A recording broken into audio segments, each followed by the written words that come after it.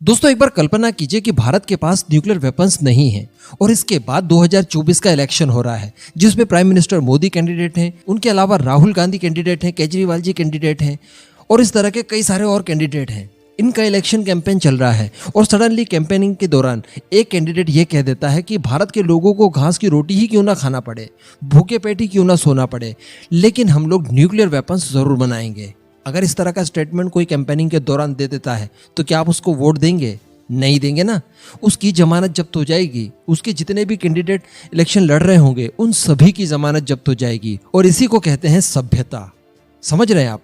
Nuclear weapon से ज्यादा जरूरी है इंसानों की देख रेख, उनका पेट भरना, उनके लिए बेसिक अरेंजमेंट करना। लेकिन मैं आपको बता दूं कि पाकिस्तान के एक prime minister, sitting prime minister, ये कह चुका है कि पाकिस्तान के लोगों को घास की रोटी क्यों ना खाना पड़े, हम लोग एटम बम जरूर बनाएंगे। और इसके बाद पाकिस्तान की जाहिल आवाम जो कि फ्लैट अर्थ पर रहती है वो खुशी के मारे तालियां बजाने लगी और वहां का हर बच्चा जिसकी कोई हैसियत ही नहीं है, जिसे हॉस्पिटल में इलाज नहीं मिल रहा है, स्कूलों में शिक्षा नहीं मिल रही है, ना ही 2 वक्त का बराबर खाना मिल रहा है, वो आए दिन इस तरह की स्टेटमेंट देता है कि गजवाए हिंद करके रहेंगे।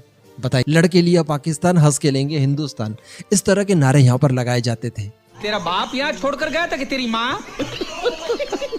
अभी दोस्तों हुआ यह है कि पाकिस्तान के इतिहास में मुझे नहीं लगता कि तारिक फतेह साहब के अलावा किसी और ने वास्तविक बात कही होगी और एक्चुअल जो पाकिस्तान में प्रॉब्लम्स है उन्हें एड्रेस किया होगा। लेकिन इमरान खान ने ऐसा किया और यकीन मानिए कि इमरान खान ने कुछ ऐसी बातें कही है जिसको जानने के बाद आपको खुशी तो होगी लेकिन इनके ऊपर अफसोस भी होगा, जबकि ये हमारे दुश्मन हैं। आगे मैं आपको इस वीडियो में सब कुछ बताने वाला हूँ, आप बस वीडियो को एकदम एंड तक देखते हुए चैनल को सब्सक्राइब जरूर कर लीजिएगा। दोस्तों आप जानते हैं कि इस समय दुनिया की स्थिति बड़ी खराब है। जो देशों की आर्थिक स्थिति थी वो पहले ही कोविड की वजह से फ्रैक्चर हो गई थी। उसके बाद रशिया यूक्रेन का ये जो वॉर हो रहा है ये कहीं ना कहीं घाव के ऊपर नमक डालने का काम कर रहा है। पाकिस्तान की स्थिति देख लीजिए कि वो पहले से ही जकात के चावलों के ऊपर निर्भर कर रहा था। सऊदी अरब जब इमरान खान गया था तो उसे वहां पर जकात के रूप में कुछ चावल दिए गए थे। अब जकात क्या होता है पता नहीं, जिससे पता हो कमेंट कर दीजिएगा।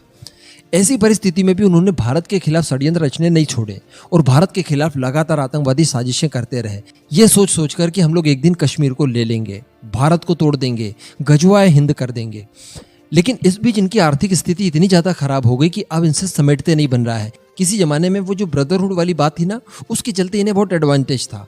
कतर, सऊदी अरेबिया, यूएई, ये सारे देश मिलकर इन्हें पैसा दे दिया करते थे। साथ में चाइना का भी अच्छा खासा इंटरेस्ट था। चाइना को भी चूंकि पाकिस्तान कैप्चर करना था, इस बहाने ये जितना मांगते थे उतना दे देते थे। लेकिन अभी सभी देशों के जो इन्हें पहले मदद किया करते थे उनके इंटरेस्ट हो चुके हैं खत्म। अभी लौटाने के लिए इनके पास कुछ नहीं बचा है।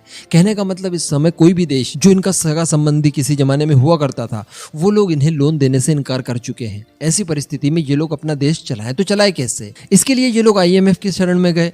अब IMF ने इनकी सारी गतिविधियों को नोटिस किया, इनकी सारी परिस्थितियां चेक की। उसके बाद उन्होंने कह दिया कि अपनी आर्थिक स्थिति जो है वो हमारे पास गिरवी पटक जाइए, उसके बाद आपके लिए कुछ किया जा सकता है।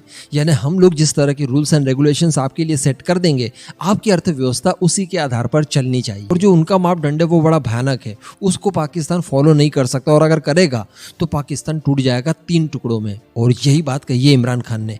इमरान खान ने कहा है कि पाकिस्तान के हालात इस समय कुछ ऐसे हो गए हैं कि वो कभी भी 3 टुकड़ों में टूट सकता है। आपने जो मुझे प्राइम मिनिस्टर पद से हटा दिया और शहबाज शरीफ को प्राइम मिनिस्टर बना दिया, ये डिसीजन गलत था। शहबाज शरीफ जो है वो भारत, इजराइल और अमेरिका के बहुत ज्यादा क्लोज हैं। यहाँ तक कि उन्होंने शहबाज शरीफ को भारतीय ही कह दिया कि वो भारतीय मूल के ही व्यक्ति हैं। इतना भारत के बारे में सोचते हैं क्योंकि रिसेंटली उन्होंने तंगहाली के चलते भारत से अच्छे रिलेशनशिप करने की बात कही थी, भारत के साथ व्यापार दोबारा बढ़ाने की कोशिश की थी।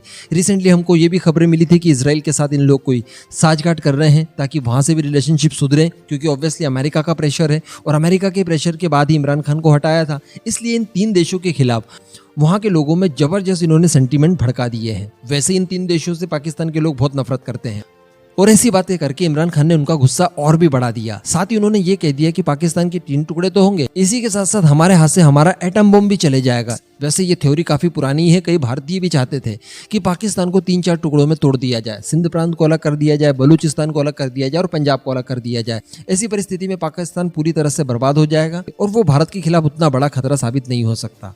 यही बात इमरान खान ने कह दी है और इन सबका दोष उसने मढ़ दिया है वहां की ISI और वहां की आर्मी के ऊपर। और यही सब तो हम कहते थे। यानी भारत के ही एक एजेंट की तरह उसने आज बात कर दी है और पाकिस्तानियों को आईना दिखाया है कि देखिए हम कितने पानी में हैं। क्या ऐसी परिस्थितियों के बावजूद भी गजवाए हिंद पॉसिबल है फ्लैट अर्थ पर रहने वाले लोगों? इसके अलावा इमरान खान ने ये भी कहा कि जो भारतीय थिंक टैंक्स हैं वो लोग लगातार इस तरह की साजिशें कर रहे हैं, लगातार इस तरह की बातें कर रहे हैं, इस तरह के लेख लिख रहे हैं, पाकिस्तान को तोड़ने की साजिशें की जा रही है। बलूचिस्तान पहले ही अपने फ्रीडम के लिए जंग लड़ रहा है, वहां पर हम लोग सभी जानते ही हैं।